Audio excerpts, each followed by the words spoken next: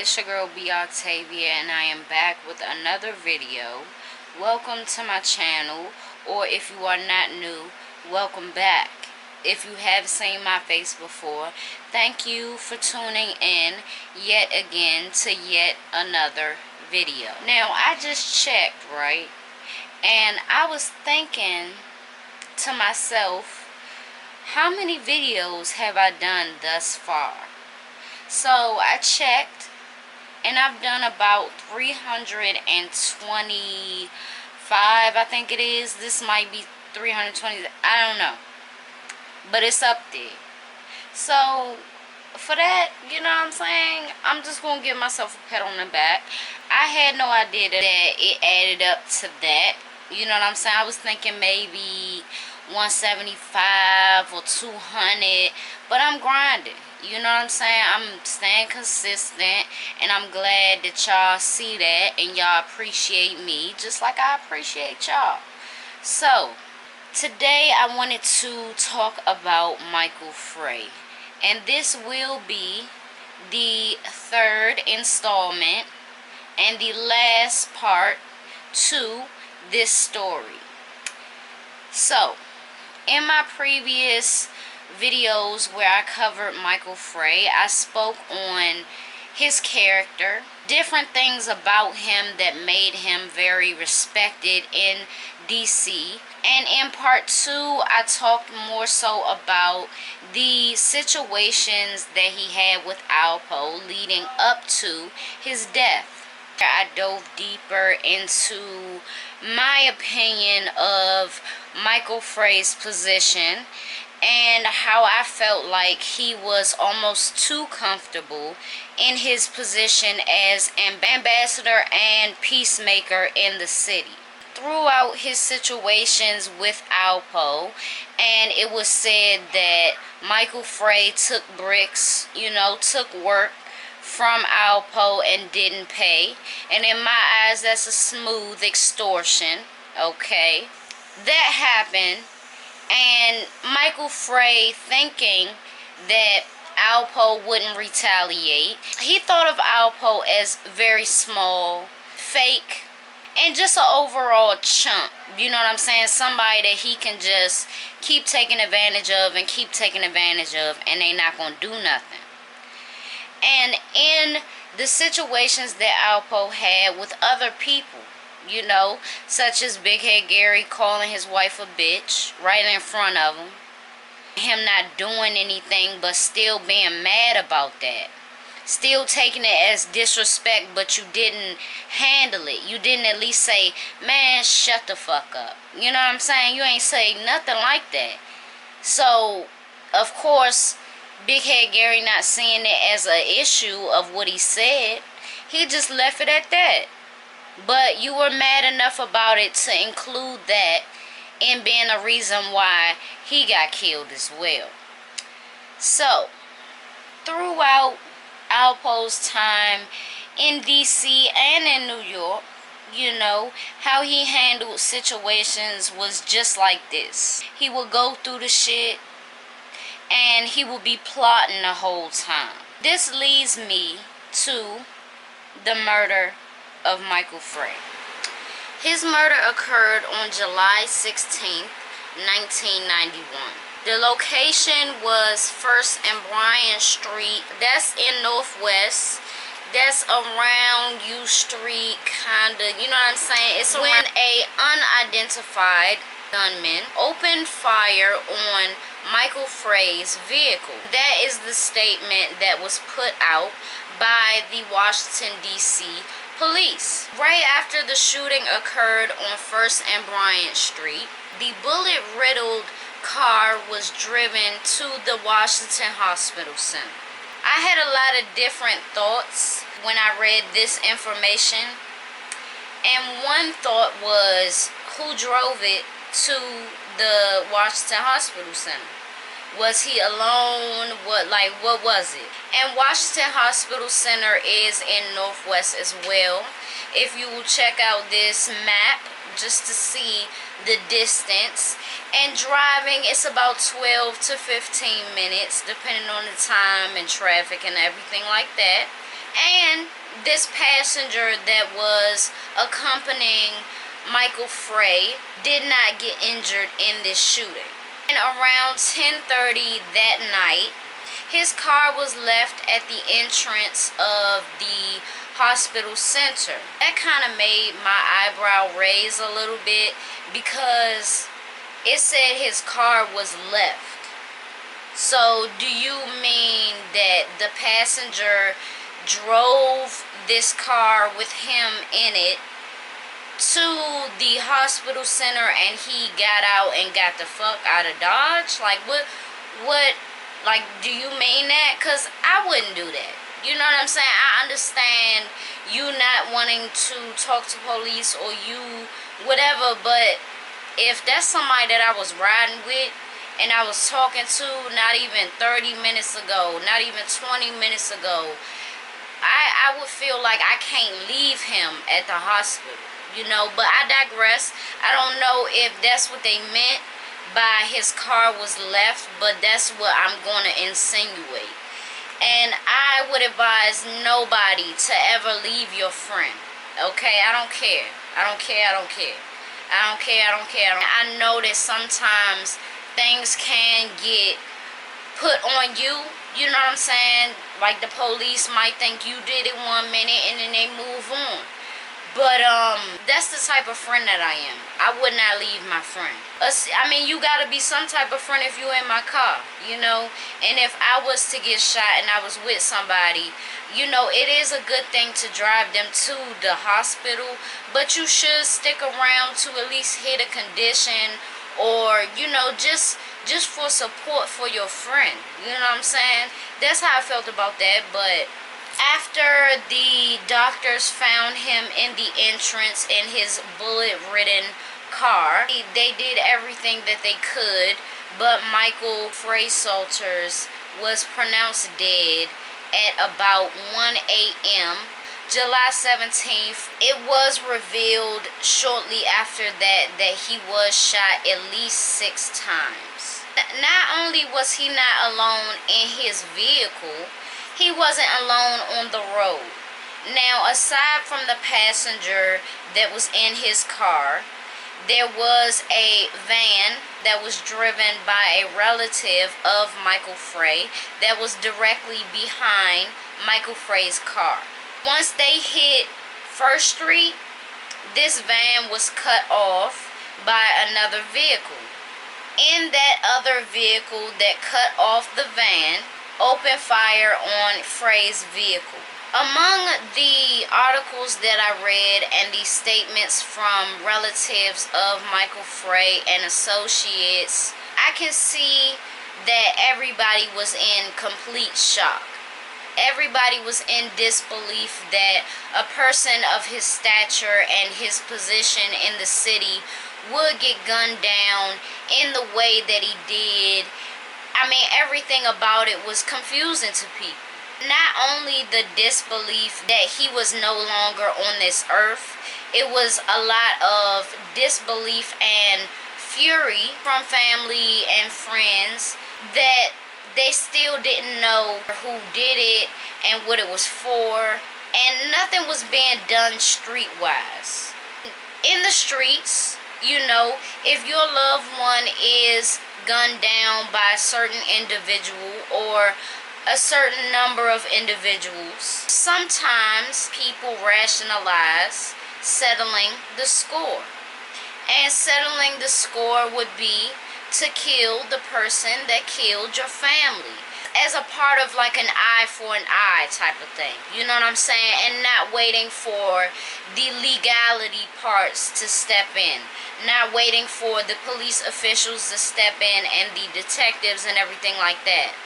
I can speak on that in a whole nother video about how I feel on that, but one person that really wanted to avenge the death of Michael Fray was his nephew.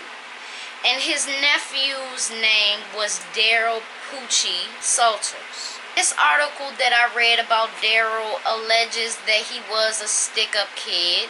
But what happens when a stick-up kid grows up? Are they still called a stick-up kid, or are they called a robber. But anyways, allegedly he was a stick-up kid that robbed and kidnapped drug dealers. He was among many that was in disbelief over his uncle, somebody that he looked up to and aspired to be like. And maybe in some ways not so positive, but you know, that's just the environment. You know, that's just how a lot of us grew up. You know, a lot of us rationalize maybe the sickest things to the normalest people, if that makes sense to you. He was in disbelief, and that disbelief fueled his anger to really want to figure out who did this to his uncle and settle the score himself. Word was that Poochie took out some people that had things to do with the murder, you know, took them out. That's what word was. But no one knew for sure if those people that allegedly he got was the people that was responsible for his uncle's murder. Daryl Poochie Salters unfortunately got gunned down as well. And he got gunned down before finding out who really killed his uncle. And a lot of people want to say you live by the gun, you die by it. And I understand that. Or you live a certain way and, you know, you get taken out that way. I understand that. But sometimes I just waver on stuff like that. And I know that things happen for a reason, and sometimes people crash out and flash out, and you know, that leads to their demise. But I feel like he would have deserved to know who exactly it was. And honestly, it really wouldn't have took that long. You know, I mean, anger and frustration and grieving can really block your mental in a way that you're not thinking about what's right in front of you. You know what I'm saying? You're not thinking about the real possibilities, and you just going. You gonna flash out, you gonna crash and burn. And, you know, God rest his soul. I hope that, you know, when everything came out, that he was wherever, you know, heaven or hell, and he seen that. You know what I'm saying? I say heaven or hell because people do bad things, and sometimes that's where they go. So that's what I'm going to say on that. But I don't know shit. But anytime people on the streets, like after Michael Fray got killed, anytime people was on the streets or wherever they was at and they was talking about it, Alpo's name would get dropped. And another dude by the name of Brooks, his name got dropped as well. Doesn't that ring bells to you? After Rich Porter was killed, whose name did people have in their mouth? Alpo's name. Alright. People be on to you, my nigga. Like, people be on to you. And I feel like when you guilty and you come back around and you step around like ain't nothing wrong, people gonna peep that. Like, oh, you real relaxed now, huh? You know what I mean? So both Brooks and Alpo's name got dropped. The word was that they was scared of Michael Fray as a result of them being scared of him, being scared of what he will and won't do to them. That's how and why he got killed. Alpo stated that Frey was about to get back in position in D.C. And that was kind of shady to me. You know what I mean? Because what you mean? Like he fell off? Like what you mean? You know what I mean? Like what you mean? Because I never seen that he fell off. You know, a lot of people was asking him for money. He wasn't asking people for money, you know. And he was taking. He took a lot from you and probably flipped it fast. You know what I'm saying? So, I just found that as shady. Like, you saying it like he fell off or something. But, Alpo says he had a list of people that he was going to execute, get rid of. And Alpo's name was on the top of that list. And he says that like it's facts, you know. And this is my thing. I feel like it's a possibility that that could be correct. That could have been the case, right? He could have had this list. You know, he could have had this long list of people who wronged him or that he didn't like, that he wanted to get rid of. However, you was a lick. Why would he get rid of something that's so sweet to take advantage of? That's first of all. And second of all, being smart, I think that he thought that you was going to meet your demise whether he was involved or not. And I think that a lot of people thought that. You know, especially when you wasn't around Wayne Perry. You know, you got shot, you wasn't around nobody that you usually be around. You wasn't around Gary. You wasn't around Shorty. You wasn't around Wayne. So honestly, I feel like it's pure paranoia. It was, you know, maybe he sees it differently now, but maybe not. You know, that's rationalizing you doing what you did. That's what you just did, okay? So he says, I found out because I was feeding someone in his camp he wasn't taken care of. Alright. So my first question in response to that was he not taking care of him? Like, is that a general statement? Or was he not taking care of him like you could? Or like you did niggas? You paid a pretty penny for niggas to pull that trigger. And rightfully so, they did most of the work. They did pretty much all the work. But was he not taking care of him? Or was dude that pulled the trigger on Frey greedy? You know, was he greedy? Because that I know about a lot of people from DC. And that's something that don't change. That's something that goes on for generations and generations. I'm pretty much sure of it.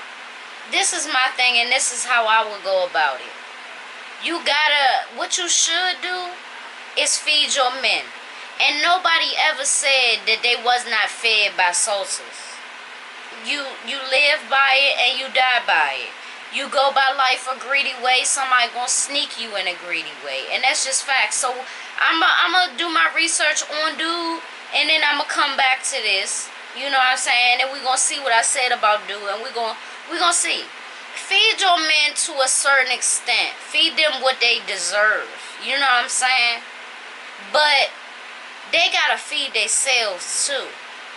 Cause if not, you just growing older depending on another nigga. Feed yourself too. Cause shit like this will not happen. Shit like this will not happen if you find a way for yourself.